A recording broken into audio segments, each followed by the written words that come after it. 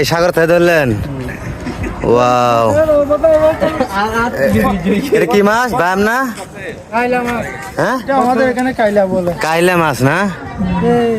চিটাঙ্গে কাইলা মাছ বলে। চিটাং মানে এটা আমরা টেকনাফে আছি, টেকনাফ জেটিতে। এখানে বাইরে মাছ নিয়ে আসলো অনেক বড়। ওয়াও, হ্যাঁ, এটা যে কাটা দুইবারে ধরতে হবে। পেস মাইলে শেষ। ওয়াও, মাছটা অনেক কষ্ট করে করতেছে। কাইলা মাছ বলে আর কি।